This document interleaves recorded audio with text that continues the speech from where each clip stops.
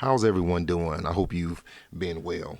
Have you ever wondered what Jesus was writing on the ground when it says that he stooped and wrote on the ground in the story about the adulterous woman? Well, today we're going to take a look at that. A young man had actually brought something that caught my attention, and he talked about, what was Jesus writing on the ground. Now, we know that there's nothing in Scripture that actually tells us exactly what Jesus was writing on the ground. It just said that he stooped and wrote on the ground. So what we want to do today is there's a few things that caught my attention, and we want to see what was the significance of him writing on the ground, because we know that he didn't do it for just no reason at all. So let's start by opening your Bible to John chapter 8. Okay, John chapter 8. And what we're going to do is we're going to focus on the first 9 verses. We want to put it in this context and what was going on, and we want to draw some things out of it. So John chapter 8, starting at verse 1. But Jesus went to the Mount of Olives, and early in the morning he came again into the temple, and all the people were coming to him, and he sat down and began to teach them. And the scribes and the Pharisees brought a woman caught in adultery, and having set her in the midst, they said to him, Teacher, this woman has been caught in adultery in the very act. Now in the law, Moses commanded us to stone such women. What then do you say? And they were saying this, testing him in order that they might have grounds for accusing him. But Jesus stooped down and with his finger wrote on the ground. Now that's one of the keys we want to focus on, with his finger. Verse 7. But when they persisted in asking him, he straightened up and said to them, He who is without sin among you, let him be the first to throw a stone at her. And again, he stooped down and wrote on the ground. And when they heard it, they began to go out one by one, beginning with the older ones. And he was left alone with the woman where she was in the midst. Now, we see that Jesus was writing on the ground. He stood up, he said something, then he stooped back down, wrote on the ground, and then they left. So one of the first things I want to do is I want to point to something in verse 3 when it says that the scribes and the Pharisees brought a woman caught in adultery. That word caught means to lay hold or to seize. So what it means is that it doesn't mean like somebody said, I saw you coming from somewhere. It means that they laid hands on her. She was in the act. They grabbed her, seized her, and brought her to Jesus. They put hands on her. Now in verse 5, I want to focus on something where it says, now in the law, Moses commanded. So that's what I want to focus on. Law, Moses. So they're going back to the law.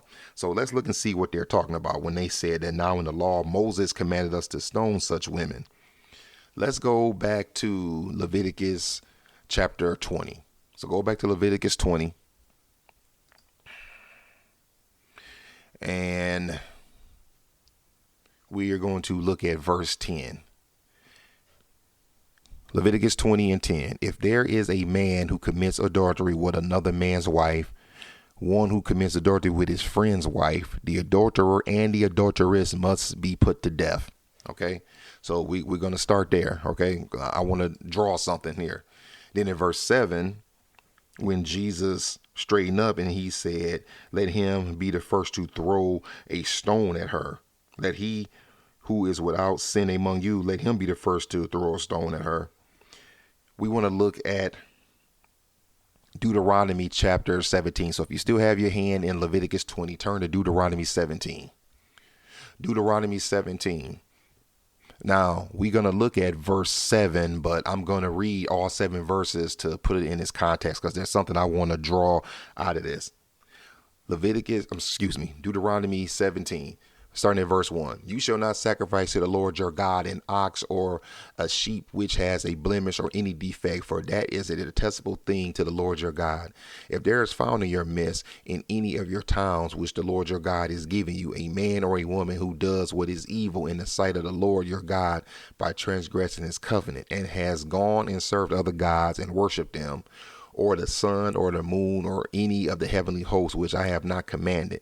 And if it is told you that you have heard of it, then you shall inquire thoroughly. Behold, if it is true and the thing certain that this detestable thing has been done in Israel, then you shall bring out that man or that woman who has done this evil deed to your gates. That is the man or the woman, and you shall stone them to death.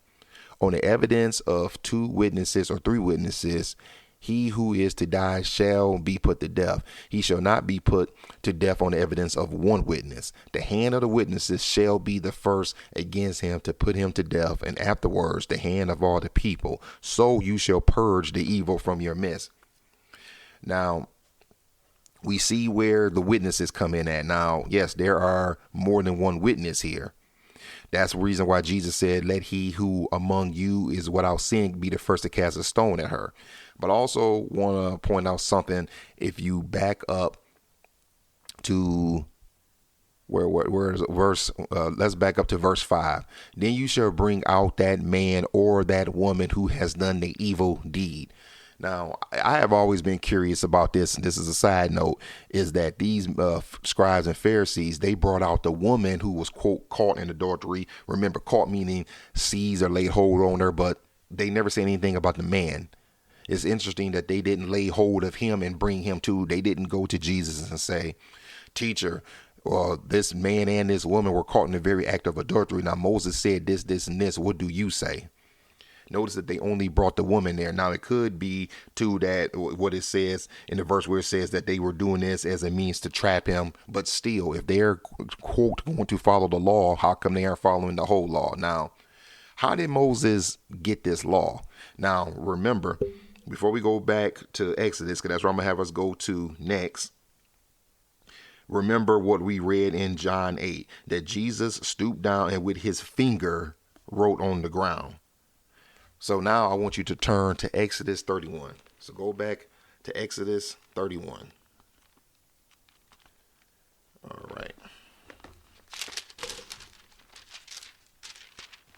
And when you get to Exodus 31, I want you to look at verse 18. Now, to give you context on what's happening here, Moses is up on the mountain and he is getting the laws from the Lord. He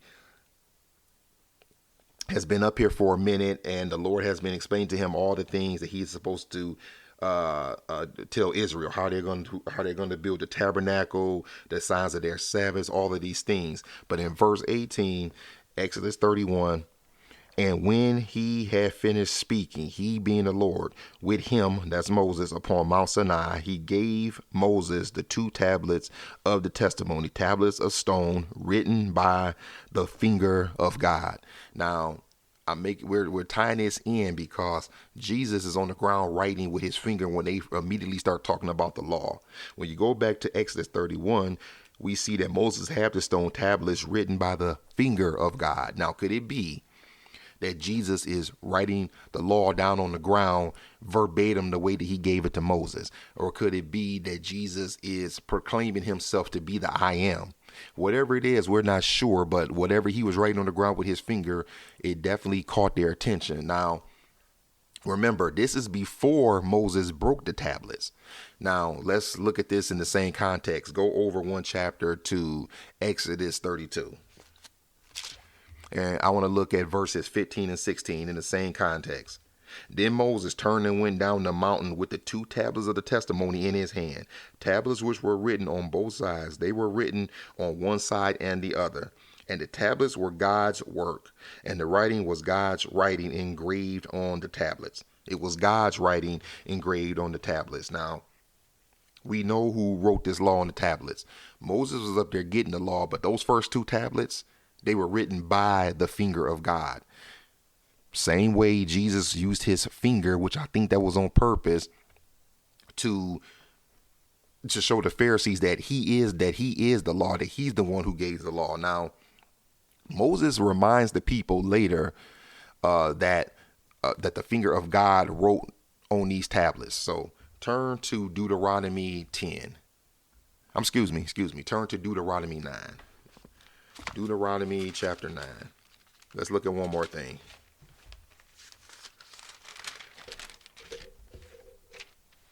Deuteronomy 9, and I want to look at verse 10.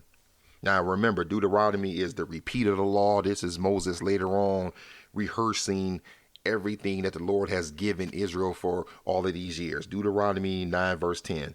And the Lord gave me the 2 tablets of stone written by the finger of God. There it is again. And on them were all the words which the Lord had spoken with you at the mountain from the midst of the fire on the day of the assembly.